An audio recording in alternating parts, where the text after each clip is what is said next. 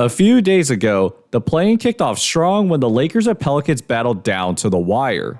The Lakers had dominated the Pelicans for most of the game until they made some unconventional adjustments to get back in it. But before we get to the play-in, it's important to understand what happened in their first matchup that helped set up the chess match. On Sunday, the Lakers blew the game open by continuously cutting to the rim. To guard the pick and roll, New Orleans likes to bring the low man up really high to dare the ball handler to throw it to the other side. So to create a better passing lane, the man in the corner would back cut the low man for easy shots. The Lakers did this numerous times against the Pelicans, and that's how LeBron was able to get 17 assists in that game.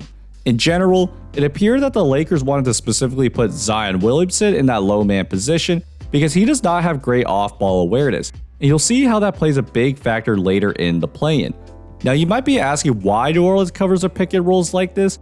Well, that's because their bigs, especially Jonas Valanciunas, isn't fast enough to contain the pick and roll by himself. But with the Pelicans' primary defensive game plan already exposed, they needed to get more creative in the play to prevent those cuts. To start, the Pelicans still had the low man come up high, but the wing defender moved to the corner to cover the back cut. In addition, they pushed the Lakers' ball handlers to the sideline instead of the middle. Now this happens really fast, but you can see AD pointing at Reeves to go middle instead of towards the sideline. If they don't do that, the ball handler has to throw a cross-court pass to find the open man.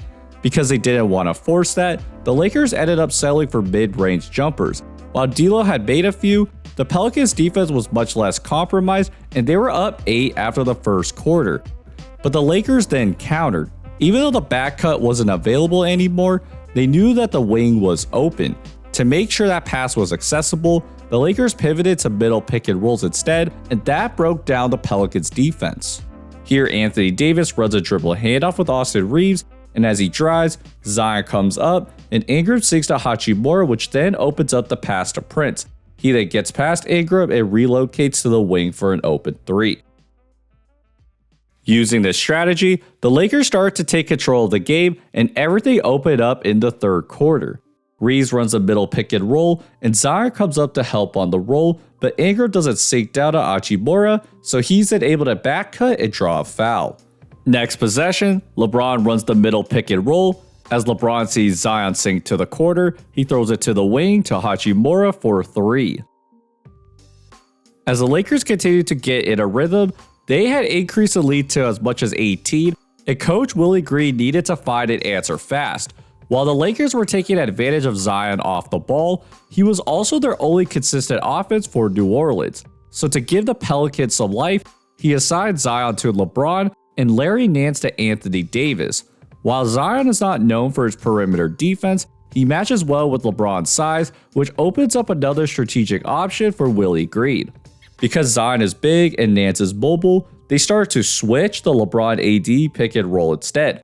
This then eliminated the need for the low man to come up so high, and Nance is quick enough to stick with LeBron, and all of a sudden, the pick and roll became an inefficient isolation play. With Zion on LeBron, Trey Murphy became the primary low man who's much more fit for that role.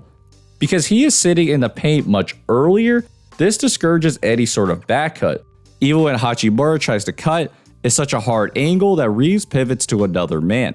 So with the offensive player stationed in the corner, the Pelicans were able to again keep everything in front, which stagnated the Lakers' offense. These adjustments paid off immensely as the Pelicans had started to creep back into the game. And with the Pelicans down 5, LeBron tries to take Zion off the dribble, but he stands his ground and contests his layup. With the chance to run, Zion passes it to Alvarado, and he knocks down the 3 to cut the lead to 2. But the Lakers had one more move. Instead of attacking Zion, LeBron became a screener for Austin Reeves. Since Zion doesn't want to leave LeBron, Reeves attacks and gets a layup to push the lead up to 4. The Pelicans are able to respond.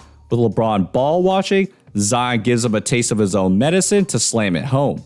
On the next possession, Zion has Austin Reeves on him and receives the alley-oop to tie the game. On the other end, the Lakers run the Reeves-Bron pick and roll, and the Pelicans decide to switch. LeBron then decides to take Jose Alvarado in the post. Jones comes to double, and Reeves smartly gets to the middle to open up a passing lane, which then creates ball movement, and AD is able to finish on a second attempt to retake the lead. At this point, Willie Green has a huge decision to make. With guys like Alvarado and Murphy being so impactful, he had to decide if he wanted to bring Brandon Ingram and CJ McCollum back in the game. While they both had played poorly, there's a lot more to the story. For most of the season, Willie Green had mostly decided on going with the most talented lineup in the fourth quarter. But the Pelicans haven't won a single game this season when trailing in the fourth quarter, and they're also one of the worst teams in the clutch. Throughout the season, their net rating in clutch situations was negative 12.1, which is worse than the Blazers and Grizzlies.